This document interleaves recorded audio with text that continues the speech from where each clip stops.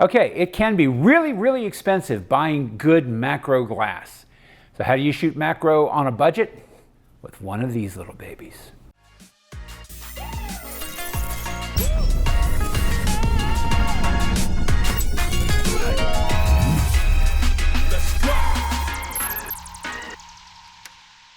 Hi guys, this is Bill with Media Unlocked, and I am here at the beautiful 3O Studios in Lexington, Kentucky. David's sitting over on a couch over there because he set the camera up on autopilot and went to go take a nap. And well, so I'm just going to do this on my own, and we're going to like get a Sharpie out later and maybe play with, I don't know, I can write Photo Boy or something like that on his forehead. At any case, I want to tell you about something that my friends at B&H sent me this month. This is an extension tube.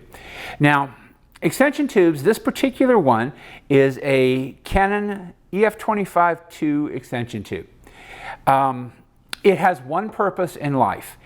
When you put your lens on your camera, everything is calibrated so that the light comes in your lens, it bounces around a little bit inside the lens, and then it hits your sensor in the exact perfect spot to get you the focus point. When you put this on your camera, well, basically, it extends the lens out farther from your sensor. What that does is reduce the minimum focusing distance of your lens. In other words, it's a cheating way to take any lens and make it at least a little bit of a macro lens.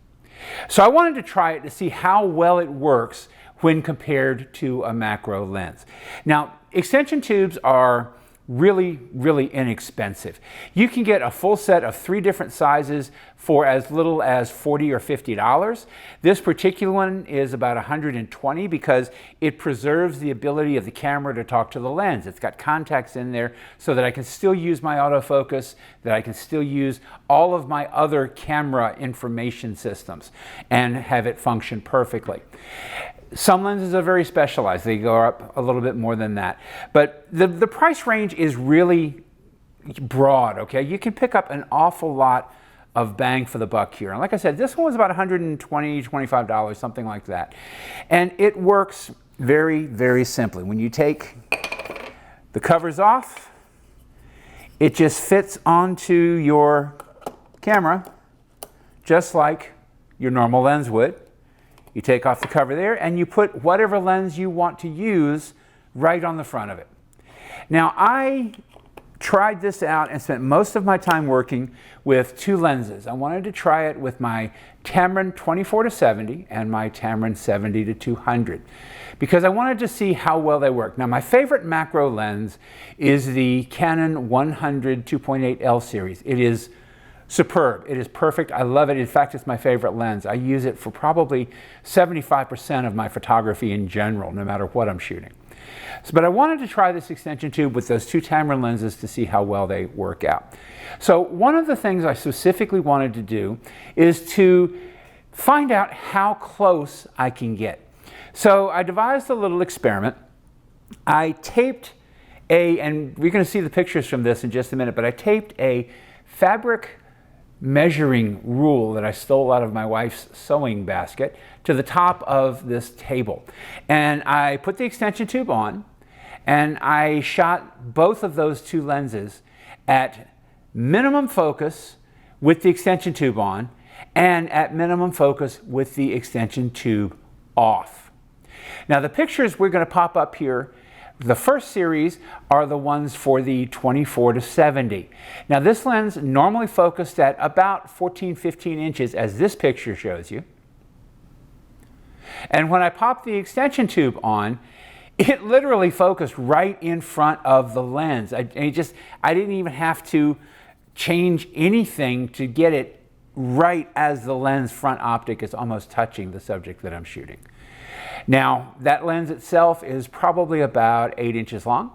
So again, you're looking at, the numbers are kind of strange because you should measure them from the sensor of the camera, and I'm kind of talking about from the front optic, which is really working distance rather than the focus point, but you get the idea.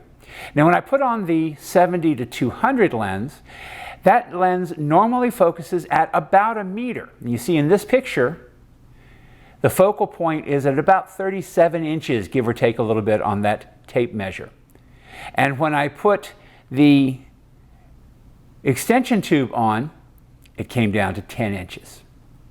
Now guys, that's pretty phenomenal if you think about it, because if you have to be a meter and a half away from something in order to shoot it, you're not going to get a very effective macro lens. But at 10 inches and 200 millimeters of lens in front of your camera, you're going to be able to get a pretty close approximation of good macro photography. Now, is this the same as using a dedicated and a lot more expensive macro lens? No, it's not. You're not going to get the same exact kind of thing. You're not going to be as close. You're not going to be as easy to crop as it is if you're using a dedicated macro lens. But if you're on a budget, this extension tube right here is going to save you a fortune.